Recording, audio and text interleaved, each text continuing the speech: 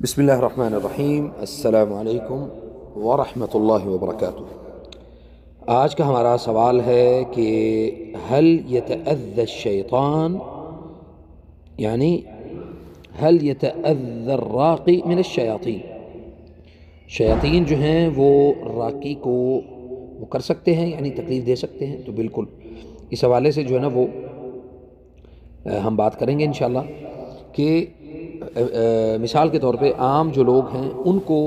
تو شیاطین جو ہیں وہ تکلیف دیتے ہیں، تو کیا راقی جو ہے دم کرنے والا جو قرآن و سنت کے مطابق جو علاج کرنے والا ہے اسے بنیادی طور پہ اسے راقی کہا جاتا ہے، تو کیا شیاطین اس کو تکلیف دے سکتے ہیں؟ تو اس حوالے سے ہمارے سامنے بہت سارے واقعات بھی موجود ہیں اور بہت ساری اس طرح کی جو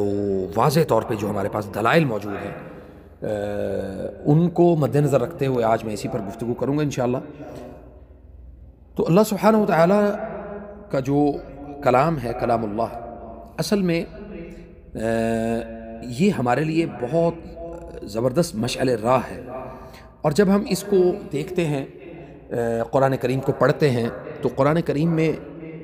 اللہ تعالیٰ نے ایک لفظ استعمال کیا ہے عدو مبین،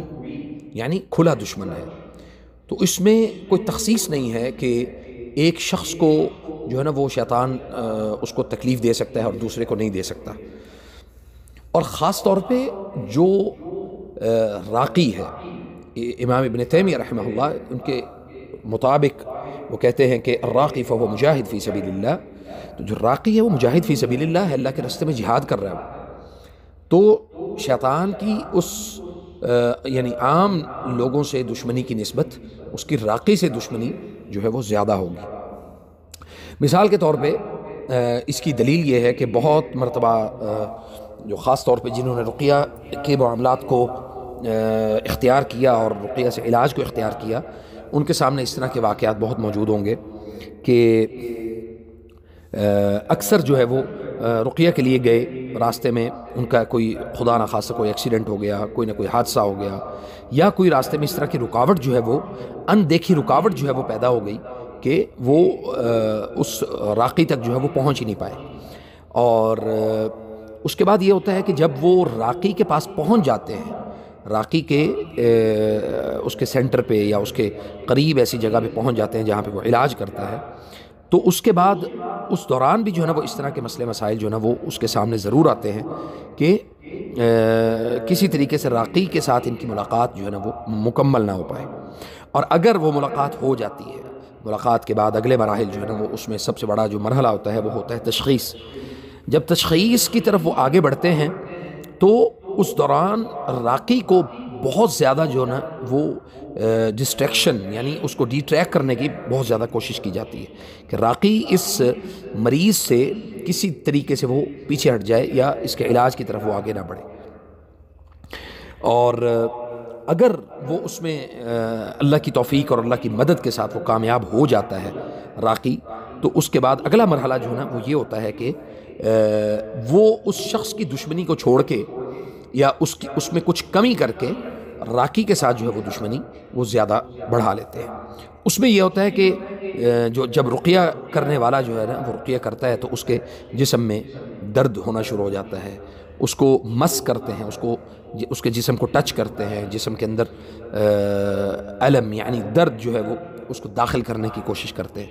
اور پھر اس کے بعد سم ٹائم، جیسے میں ابھی جدہ میں نے ایک نوجوان ایک لڑکے کو میں نے رقیہ کیا، تو رقیہ کرنے کے بعد جو ہے وہ میری جو ذاتی جو کیفیت تھی وہ بہت زیادہ شدید بخار کی کیفیت تھی، اور حتیٰ کہ میرا جسم جو ہے وہ بہت شیور کر رہا تھا، کانپ رہا تھا، اور اس میں یعنی سردی بہت زیادہ لگنے لگ گئی۔ اور آپ نے دیکھا ہوگا کہ بعض دفعہ رقیہ کروانے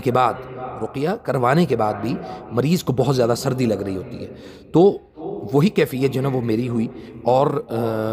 میں یعنی بہت مشکل سے جدہ سے پھر میں مکہ واپس اپنی رہائش پہ جب پہنچا تو میرے سامنے یہ ساری کیفیات جو ہے نا وہ پیش آئیں، اور اس طرح کے بے شمار واقعات اس طرح کے موجود ہیں کہ میری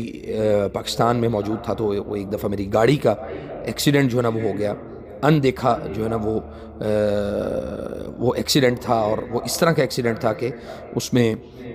مجھے خود ذاتی طور پہ سمجھ نہیں آئی تھی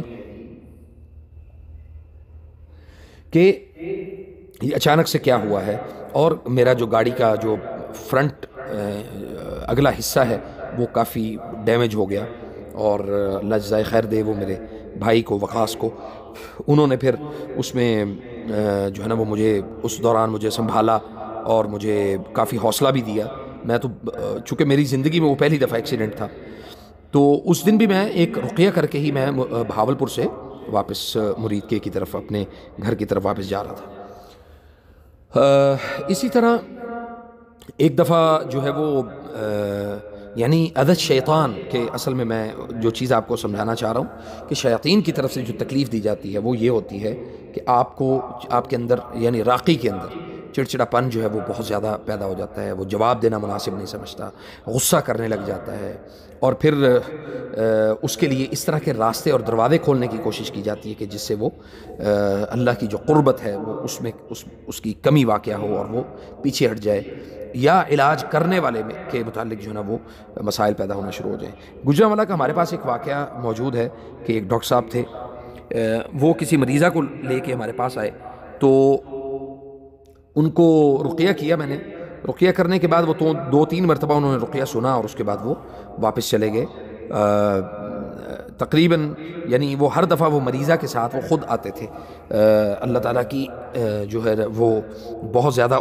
ہمارے ان بھائی کے ساتھ، ڈاکٹر صاحب کے ساتھ بڑی مدد تھی،